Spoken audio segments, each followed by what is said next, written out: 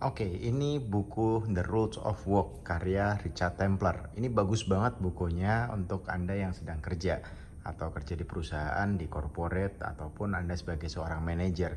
Buku ini jelasin, misalnya Anda jago banget dalam hal kerjaan Anda, benar-benar jago, bisa ngerjain lebih efektif, lebih profesional, lebih expert.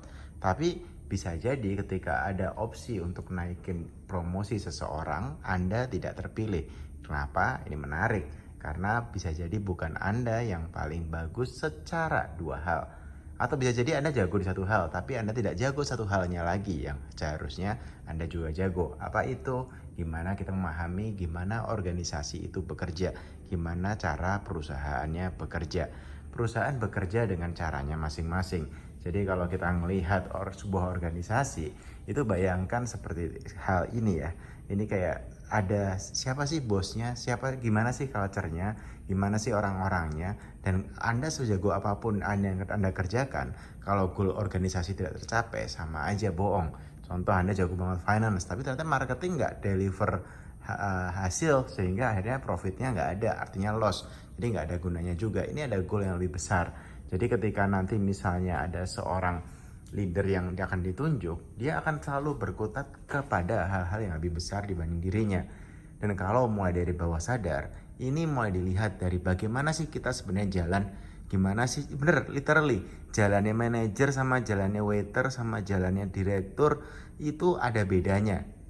Kalau nggak percaya coba aja lihat jalannya artis atau jalannya pengacara atau jalannya peragawati, itu ada bedanya.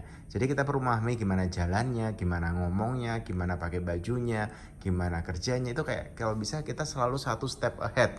Jadi kalau kita masih staff, gimana sih cara manajer ngomong, cara manajer kerja, cara manajer jalan, cara manajer berpakaian, kita ikutin dari sekarang. Itu kayak membantu sekali untuk kita disiapkan menuju next level. Nah, teman-teman semua, kalau kita masuk ke level itu, artinya apa? Kita perlu melihat secara lebih keseluruhan. Seperti halnya misalnya ngomongin kerjaan. Kalau bisa kita selalu masuk ke genre under promise over deliver. Jadi kalau kita kira-kira kerjaan Jumat, ini kayaknya Jumat selesai, misalnya kita ini kerjaan kayaknya bisa selesai hari Rabu. Bilangnya Jumat, atau misalnya butuh seminggu, bilang 2 minggu. Ini perlu Anda lakukan untuk apa? Biar Anda selalu deliver earlier, lebih cepat dan tidak pernah miss the target. Jadi mending kita under promise tapi over deliver.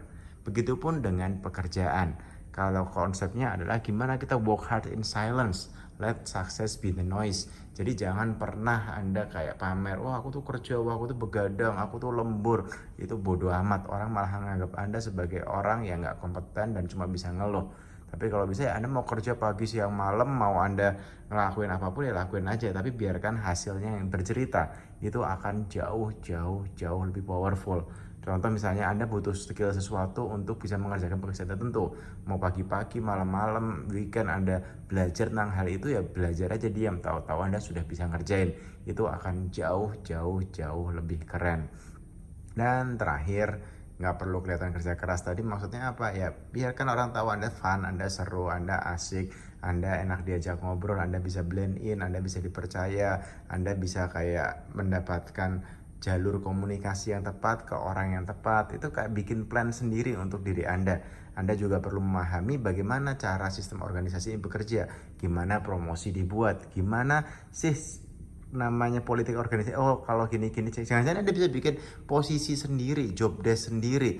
Itu kayak sepakat sama bos, aku job desknya tambah ini deh, nanti KPI-nya ini, hasilnya ini, aku mau rewardnya nambah segini gitu. Itu bisa jadi ketika Anda mengetahui gimana proses organisasi bekerja, Anda akan mendapatkan posisi Anda sendiri tanpa perlu berebut dengan posisi orang lain. Semangat.